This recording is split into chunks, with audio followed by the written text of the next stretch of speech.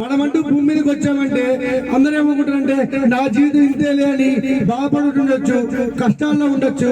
కానీ మనం మాత్రము ఊరికే రాలేదండి. దేవుడి యొక్క ప్రణాళికతో మనం వచ్చి ఉన్నాము. దేవుడే మన తన చేతితో చెక్కుకున్నాడు. మనం ఏమనుకుంటామంటే మన అమ్మ వాళ్ళు మన కన్నారు అయిపోయింది అనుకుంటున్నారు. కానీ దేవుడు మనల్ని చేశాడండి.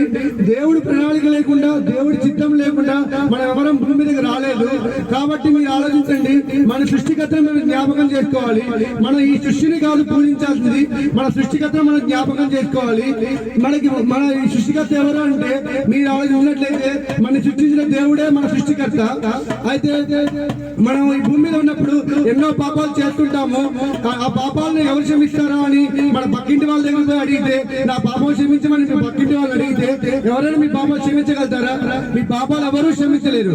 మీరు బాధపడుతుండొచ్చు, నా పాపం ఎవరు క్షమిస్తారు, నేను నీ తప్పు చేశాను, నా బాధ నేనే మోసుకోవాలా, నా బాధ ఎవరితో పెంచుకోవాలని మీరు ఎవరైనా బాధపడుతున్నట్లయితే మీ కొరకే ఈ దేవుని సువార్త చెప్పడానికి మేము ఇక్కడికి వచ్చి ఉన్నాము. ఈ మాటలు ఏంటంటే ఒకటే మీరు ఆలోచించండి, మీ బాధ ఎవరికి పంచుకోవాలో మీరు బాధపరచు. కానీ మీ కొరకు మీ బాధను మోసుకోవడం కొరకే మన కొరకు యేసు ప్రభు ఉన్నాడు. మీరు ఆలోచించినట్లయితే మీ బాధలన్నీ కూడా ఆయనతో చెప్పొచ్చు.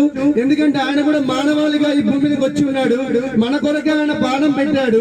ఆయన శిలువలో మన కొరకు ప్రాణం పెట్టాడు. ఆయన రక్తం మన కొరకు కార్చాడు. ఆయన కార్చిన రక్తం ద్వారా మనందరికీ స్వస్థత ఉంటుంది. మీరు ఆలోచించినట్టయితే మన పాపాల నుంచి మనకు విడుదల కావాలంటే ఒక పరిశుద్ధిని రక్తం మనకు కావాలి. అన్ని మత గ్రంథాల నుంచి ఏ గ్రంథమైనా కావచ్చు, ఎవరైనా కానీ ఒకటే మాట చెప్తున్నారు, మనకు ఒక పరిశుద్ధ రక్తం కావాలి అని. ఆ పరిశుద్ధ రక్తం ఆల్రెడీ చిందించబడింది. ఇంకా మనం జ్ఞానం పొందుకోలేకపోవచ్చు. కానీ ఆ విషయాన్ని మీకు తెలియడానికి ఇక్కడికి వచ్చాము. యేసుక్రీస్తు మన కొరకు ఎప్పుడో 2000 సంవత్సరాల క్రితమే చనిపోయాడు. ఆయన శిలువలో కాచిన రక్తం ద్వారా మనకి స్వస్థత కలుగుతుంది, మరియు మనకి విడుదల కలుగుతుంది. మన పాపాలన్నీ ఎవరు క్షమిస్తారని మీరు బాధపడాల్సిన అవసరం లేదు. యేసు ప్రభు మనకు ఉన్నాడు. మీరు ఆయన వెనక ఒక్కసారి మనసులో హృదయంలో తలుచుకొని ఆయన్ని ప్రార్థించినట్లయితే మీకు యేసు ప్రభు మీకు ప్రత్యక్షమై మీతో మాట్లాడగలడు. మీ బాధలన్నీ ఆయన తీర్చగలడు. చాలా మంది అప్పుల బాధలో కానీ, స్వస్థత లేకుండా కానీ ఉండొచ్చు. ఏ బాధలో ఉన్నా కూడా యేసు ప్రభు మీకు తోడే ఉంటాడు. మీరు ఒక్కసారి ఆయన్ని మనసులో తలుచుకోండి. మేమైతే ప్రార్థన చేయమని చెప్తాము. ప్రార్థన చేయడం రాదన్నా కూడా యేసయ్యా నాకు ఈ బాధ ఉందని ఆయన పేరు తలుచుకొని మీరు ఒక్కసారి తలుచుకున్నట్లయితే మీ బాధలన్నీ కూడా తీర్చబడతాయి. మీ కొరకు భూమి మీద మన కొరకు ఎవరైనా చనిపోయిన వారంటూ ఉన్నారా అండి? భూమి మీద కేవలం యేసుక్రీస్తు వారు మాత్రమే మన కొరకు చనిపోయాడు. ఆయన శిలువలో మన కొరకు చనిపోయి మన పాపములన్నీ ఆయన మోసాడు. కాబట్టి మనం ఎక్కడో పాపంలో ఉన్నాని బాధపడాల్సిన అవసరం లేదు. మనం డైరెక్ట్ గా దేవుడిని మనం యేసు ప్రభువుని కనుక మనం నమ్ముకున్నట్లయితే మన పాపములన్నీ క్షమించబడతాయి. మనం అందరూ ఇక నూతన మనిషిగా మార్చబడతాం. నా కోసం చనిపోయినటువంటి వారు ఎవరైనా ఉన్నారా?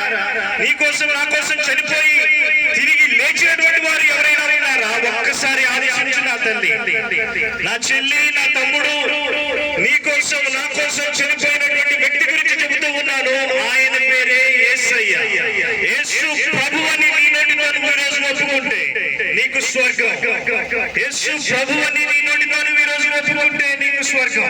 దయచేసి ఆయన చనిపోయి తిరిగి లేచాడు, నా కోసం చనిపోయాడు, నా పాపం నిమిత్తం ఆయన మరణించాడు అని మనము చిన్న మాట మన హృదయంలో అనుకున్నట్లయితే మనకి ఈరోజు స్వర్గం దొరుకుతుంది. ఆ స్వర్గంలోనే ఆనందం. ఆ స్వర్గం కావాలంటే యేసయ్యే మార్గం. నేనే మార్గము, నేనే సత్యము, నేనే జీవము అని చెప్పినటువంటి ఆ యేసయ్య, చనిపోయి తిరిగి లేచినటువంటి ఆ యేసయ్య ఈ రోజు నీ ఇంటి తలుపు తడుతూ ఉన్నాడు, నీ గుండె తలుపు తడుతూ ఉన్నాడు. ఒక్కసారి ఆలోచించు నా తల్లి, ఒక్కసారి ఆలోచించు నా బిడ్డ.